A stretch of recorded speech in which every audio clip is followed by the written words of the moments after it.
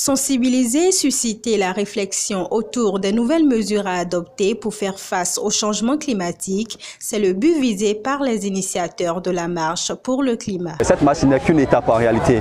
Après cette marche, il y a beaucoup d'actions qui vont venir après ça pour l'adaptation déjà au réchauffement climatique et à l'atténuation même du réchauffement climatique.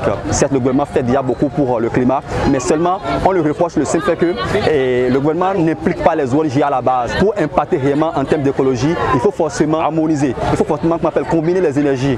Vous voyez, donc c'est dans ce cadre que nous avons appelé toutes les autres ONG à s'unir avec nous pour pouvoir impacter. En tant que jeunes, nous devons nous engager pour le climat dans notre localité, dans notre maison, dans la région, dans notre région. Nous devons agir chaque jour et au quotidien avec de petits gestes pour le climat. Nous marchons pour éveiller la conscience des jeunes. Nous marchons pour montrer la voie aux jeunes.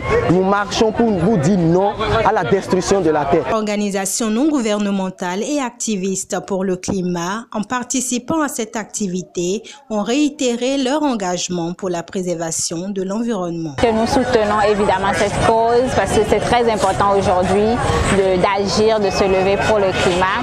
Donc nous, on a jugé nécessaire de participer à cette marche-là. Ça prouve notre engagement et nous allons continuer bien sûr nos actions. Le climat est un bien commun à nous tous et donc on ne peut pas rester en marge de ce qui se passe parce que ça touche, c'est un objectif commun.